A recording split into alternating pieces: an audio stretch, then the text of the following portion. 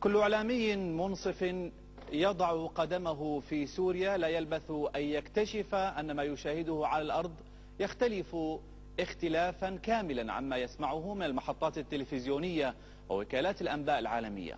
مزيد من كشف فبركات التضليل الإعلامي مشاهدين ضد سوريا في التقرير التالي.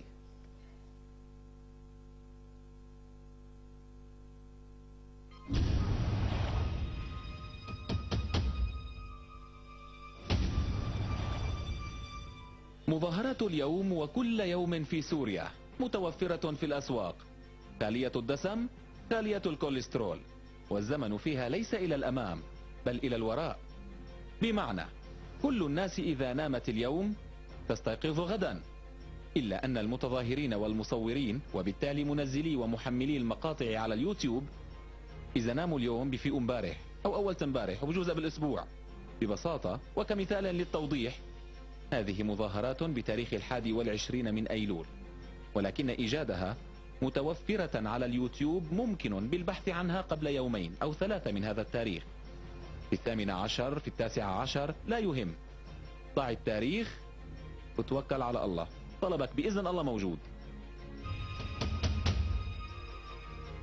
المظاهرات الماضية قلنا إنها خالية الدسم والكوليسترول، ولكن على ما يبدو أن الدسم والكوليسترول ليسا الوحيدين المضرين بالصحة، فالهتافات ربما ترفع الضغط، واللافتات ربما تؤدي إلى هبوط في السكر، حتى التجمع والالتحام قد يؤدي إلى تحريك الدوالي مثلا.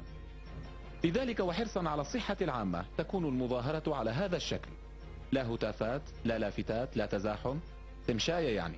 والمصور يقول بصوت خافت: 19/9 دارية مظاهرة صامتة على أرواح الشهداء. وهو ربما إن رفع الصوت وضح أمره بين الناس الذين قد يصدق عليهم القول: يا غافل إلك الله، مو عرفانين شو السيرة. ونبقى على مائدة المظاهرات، وهي مع الزمن في لعبة سابق ولاحق. مظاهرة نزلت بتاريخ 20 من أيلول، ولكنها خرجت بتاريخ 21، يعني أن المظاهرة خرجت اليوم، ولكنها واختصارا للوقت صورت امبارح وتنزلت امبارح. ومع اقتراب زيارات يوم الجمعة نذكر بإحدى تخبيصات الجمعة الماضية. الملف السوري أكثر الملفات أهمية على الفضائيات، ولكن حتى أسماؤها التي لا يعترف أحد غيرهم بها لا تكون دقيقة.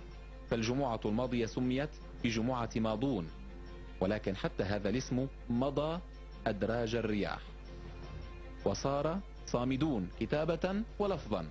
تظاهرات الجمعة التي سماها الناشطون جمعة صامدون حتى إسقاط. قال أحدهم: أسيدي شو فارقة، مثل بعضها، هي مجايبة همها. هناك سؤال دائم الطرح كل يوم وكل نشرة: أين المسلحون في سوريا؟ وأين السلاح في سوريا؟